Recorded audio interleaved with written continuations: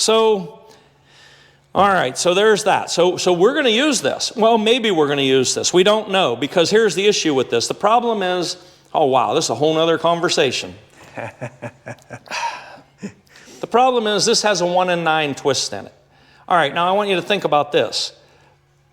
All bench press shooters know it is chiseled in stone. The slowest twist that will stabilize the bullet is always going to be the place of most accuracy. That is a fact. That is why bench press shooters are shooting 1 in 13, 13 and a half, 14. The guys that are using 30 caliber, like for, can't even think what those matches are called. It'll come to me in a second. Score matches, they'll be shooting like 1 in 18. Okay? Really slow twists. The whole entire industry is over twist right now. Everything. It's all over twisted. And I did bring some, might as well show them. I did bring some boxes of Berger bullets up here. Vicki, you might as well hand me that box of 245s right there. Yeah. So, I don't know why that Berger did this. But, and in fact, the entire industry did this. I spoke about this before. So you go back and get old Berger boxes and say it's 180 grain. I don't know if that's a good example, but say it's 180 grain Berger VLDs. Look at the old box, and it'll say, I think they say 1 in 9 on them. I think there was even some that might have said 1 in 10. I'm not certain. You go look at a new box. The bullets are identical. Weigh them, measure them, everything about them. It's the exact same part number and everything. They say 1 in 8. For some reason, the whole industry decided to go one full twist faster than what's actually required. And by the way, there's a really excellent bullet twist calculator on the Berger website. And we were just talking about this. I even say that it is slightly skewed toward being a little bit faster than what's really necessary. So, we have built 30 nozzlers to shoot these Berger 245s. And you see right here, it says 1 in 9 minimum, right? That's what it says right on it. Can you see that? Yes. Okay, 1 in 9 minimum. And I just got done telling you, this barrel right here is a 1 in 9 3. Yep. When I ran all the calculations for these bullets, and I don't just run it at one elevation. I do a range of elevations, a range of humidity, a range of temperatures, because it's got to work. It's got to work whether the guy's in Texas or whether he's in Maine or whether he's in Colorado. It's got to work, right? It would actually, the actual optimum twist is about 1 in 9.4 or 1 in 9.5. So I built in, these are Bartlein barrels, which you can get whatever incremental twist you want. I built in a little bit of safety margin, and we went with 1 in 9.3. Here's the issue with his barrel. This barrel, this carbon barrel, is 1 in 9. That'll work fine with these 245 grain bullets. The issue is here, ideally, what he really originally wanted was he wanted to build 300 Winchester. And most of the ammo he's got here and stuff I see, and the bullets you were thinking about is 180. 180 grain, yeah. Okay, guys, listen to what I'm about to say. Berger 210s, we normally shoot out of 1 in 11, 1 in 11.25, 1 in 11.27. And it works great. I have shot them out of 1 in 12s.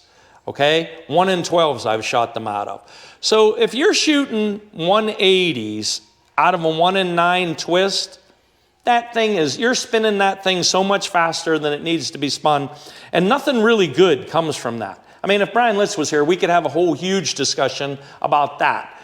He would actually try to tell you, and I wonder if that's where the influence came from, that over-rotation is better than under-rotation, which I agree with that. But what I'm saying is proper rotation is better than over-rotation. That's what I'm saying. Okay? Spinning them faster does nothing for accuracy. That's what I should say. Spinning them faster does nothing for accuracy. There is some other benefits, but that's too deep a subject to go into right now. So we are going to have to make a decision here in a little bit. We will shut the camera off and take a break. Whether we're going to use this barrel And we're going to chamber it for 300 Winchester, which I have no 300 Winchester reamer that is set up for any bullet heavier than Berger 210s. That's the biggest, longest bullet I have any reamer set up for. Or we're going to build a 30 Nosler for Berger 210s, which that's still too fast to twist if we're using this barrel. But see, I have other barrels here, right? I have barrels that would be more suited for 210s, or we're going to use this barrel and make it 30 Nosler for 245 grain Bergers. I have a reamer just for that. Or we're going to sell that barrel and use this barrel. Again, these aren't my decisions. Jason's going to have to make these decisions himself. But we have a whole lot to cover today, and we're going to actually try to build a gun in 2 days, which, I mean, normally I've never built a normal gun 10-hour days. I think once I got down into like 90 hours, didn't I? Something like that. So I don't know if we're going to be able to get this all done. I have to take a break, so we're going to stop a minute. See you. All right, so we stopped. We had a confab here for a minute. We have a dilemma here. And this is a dilemma that, we come in here a little more, that many people run into. So his desire is to build this gun in 300 Winchester. So, and again, I'm going to have to digress so much here. So you guys, you got to understand, I love 300 Winchester. I've built zillions of them, but not Sammy spec 300 Winchester. I hate Sammy spec 300 Winchester. It is one of the most poorly designed cartridges that has ever was. You realize this thing's come from like 1962. That bullet is down in that case to there. And the reason is because they were concerned with Sammy spec cartridge overall length. Well, I got to tell you something. I don't give a crap about cartridge overall length. What I care is that the bullet, any cartridge, any bullet, I care that the bullet is seated properly in the case. And what that means is, let's see if I can get this open. Oh, Vicki, this isn't open. You got a knife? What that means is that the bullet, the full diameter of the bullet, in other words, where the boat tail meets the full diameter, that it never, here, I'll show you. And again, I've showed this stuff before. The idea is that this right here, can you see that right there? That never goes below the shoulder neck junction. So seated in this case, this is what this bullet should look like. This cartridge should look like. In other words, this thing should be half an inch longer than it is. Well, Sammy spec is short. I don't even know what it is. It's short. It's way short. It's like, let's see, 3.3 something, I think's what it is. So yeah, look. This is crazy that I can remember this kind of crap. It's 3.33, right? Where it should be a Remington 700 will take 3.680. With some of the longer boxes and stuff, you can go to 3.7, 3.8, and a lot of my cartridges are at 4 inches. All right, so he wants to build 300 Winchester. I see a whole lot of problems with that, because that barrel is twisted way too fast for any of this factory ammo, any of it. Okay, that's the first thing. The second thing is I hate the design of this cartridge because if that barrel is what would Saddam Hussein say? The mother of all Hummers. If that is the mother of all Hummers, it's not going to shoot, okay? It's just not going to, all right? So, and it's not because of the cartridge 300 Winchester. This cartridge set up with Berger 210s will shoot, man. It will shoot. You go back and look at our website. You will see 300 Winchesters that hammered. They were like bench guns. But they were set up for Berger 210s, and they were set up properly. Now, how do you do that? So you make dummy rounds. You send the dummy rounds to Dave Manson, which Dave's not there anymore. Boy, that's a whole other subject. You send it to Dave Manson. You say, Dave, make me reamers that match my dummy rounds, not Sammy spec. You say, make it match. And when they come, he knows, he was super smart guy. He knows exactly what you're asking. They put those dummies in the optical comparator, and you'll hear guys say, oh, you cut oversized chambers and stuff if you're using a floating reamer holder. Do you know that normally when I was over here doing a 6XC last night, you push the brass in there, it sucks air when you pull it back out. It fits perfect. That's how good Dave Manson is, okay? He doesn't work to thou or half thou, or he works to 1/10 thou. Anyways, I'm digressing. The issue is 300 Winchester, as Sammy spec, is kind of a crappy cartridge because it isn't designed right. Now, what are we going to do about that? Because we see we got conflicting issues here. We have barrels that 1 in 9. To shoot 180 grain bullets out of that 1 in 9 is foolish. We got a 1 in 9.3, but those should be for these 245s. The issue is I do not have any 300 Winchester reamer. We were looking here. I've got 4 of them currently. They're all set up for Berger 210s, and they're all tight neck. The only one, so I have reamers here that are, I have 2 that are 336 neck, I have 1 that's a 337 neck, and I have 1 that's a 339 neck. Now you realize you got to measure your factory ammo. So you want to see, well, what does that all mean? Well, this particular piece of factory ammo right here measures 335. 335. So could you use the 336? Yes, but setting it up, if you know you're going to be using factory ammo, that would not be smart. That's too tight for a cartridge. He's not going to turn necks. So could you go to 337? That would give you 2 thou clearance. I would be inclined to go that way. But same deal. If a different brand of ammo, matter of fact, Vicki, hand me that Federal right there. Let's see this. Here, hold on a second. She's got Federal. Here, keep this with your stuff. Yep. So here's a box of Federal. That was, what is that? That's Hornady Outfitter ammo. Yep. Okay, so here's a blue box of Federal 300 Winchester, and same deal. Look, this is what I'm telling you. I mean, that bullet's the whole way down to there. Okay? And it's not just the fact, in gun articles, you'd be like, oh, it takes up case capacity. I don't care about that. What I care about is the accuracy. When you, and these, by the way, that has a cannula on it anyways. It's crimped into there. These things are never going to shoot in one hole. But when you sit that bullet way down in that case, it's not going to shoot. So this is actually a hair shorter than those over there, probably because those have that polymer tip on it. Right. This is 3.314. Oh, but I wanted to measure the neck. I got to not get off track here. So this is actually bigger, quite a bit bigger. So you see, this is the issue. Guys think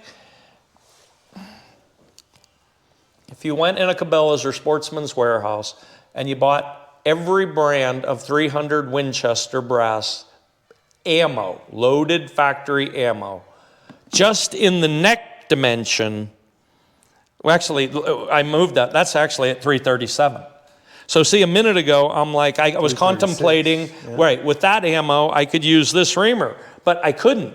So what you're looking at then is you're going to 339. I don't want to get off track. If you went in there and you bought, say there could be easily 30 different brands, 30 different bullet weights, and you brought them all out here and measured them, you might have one, say the smallest one might be maybe 334, and there'd be very possible to have some that were 339 or 338, somewhere in there. Well, that's, 4,000 or 5,000 difference.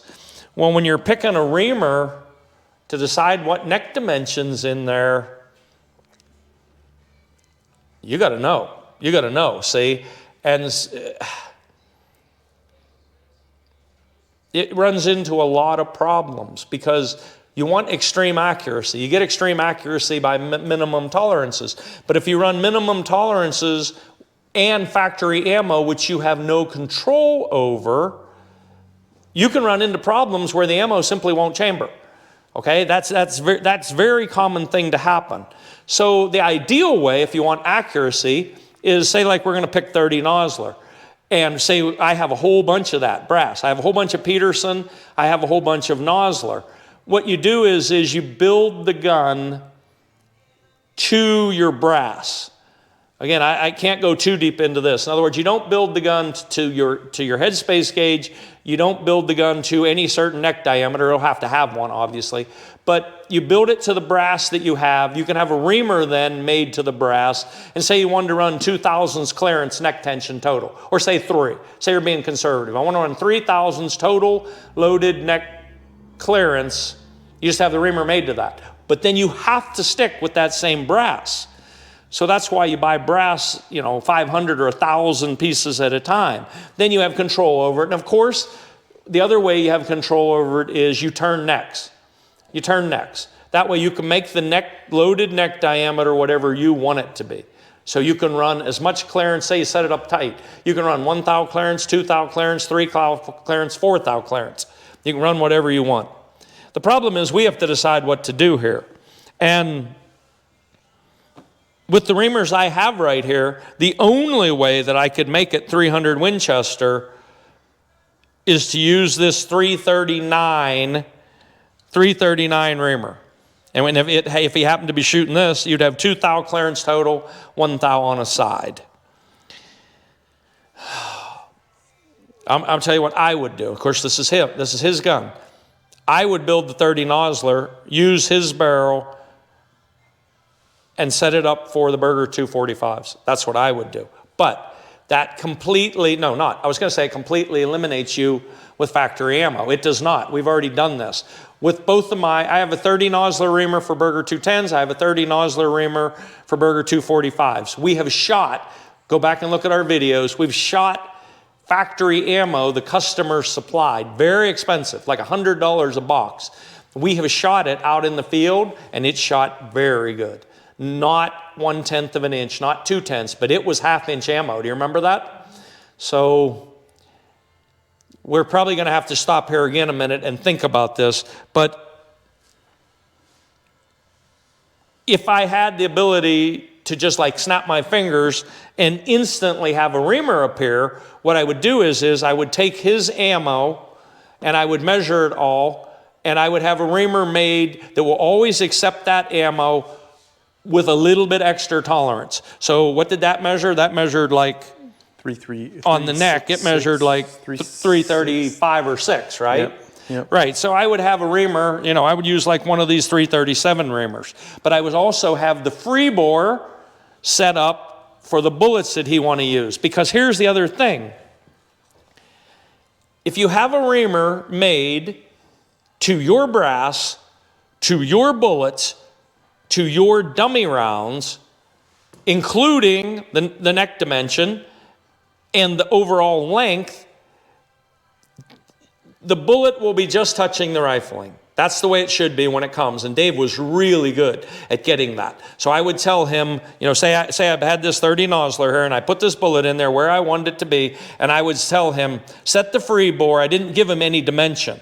Okay, I wasn't that specific. I think that's foolish. Let them guys do it themselves. Let them figure it out. Tell him, I want it just touching the rifling. And he would generally get it within, when you finally had the loaded cartridge and you put it in the gun, he would have it within, sometimes you had to push it down 5 thousandths deeper, sometimes you had to move the bullet out 5 thousandths longer, maybe 10 thou. Either way, that's not very much. You realize 10 thou is like 3 thicknesses of paper. It's a very small amount. You only had to move that bullet in or out that little wee bit to get it exactly in the right spot in the rifling. But we don't have that option right now. Okay? So, and by the way, I know someone's going to bring this up. There was another cartridge we definitely considered with this, but I don't have the brass and stuff for it, and I don't have a reamer. Remember, he wants to build this gun, is 300 PRC. I would have built 300 PRC also, and I would have built 300 PRC for Berger 210s. It does not have as much case capacity as 30 Nosler. And of course, you realize if you're talking about case capacity, I just thought of something. I have a 300 RUM reamer. I don't love that cartridge either, though, for accuracy. But I was thinking about case capacity. See, if you're going to shoot 300 PRC, 300 Winchester, even 300 WSM, 30 Nosler, have enough case capacity for the Berger 210s. only the 30 nozzler or bigger has enough case capacity for the 245s. You need more powder. And so I don't have any reamer for 300 PRC, but that would have worked. And you know what? I'm going to digress here just for a minute because Jason asked me about this, and we might as well go into it for a minute. Maybe this will be a whole nother, what did we say we're going to call it? To belt or not to belt? That is the question. Okay, so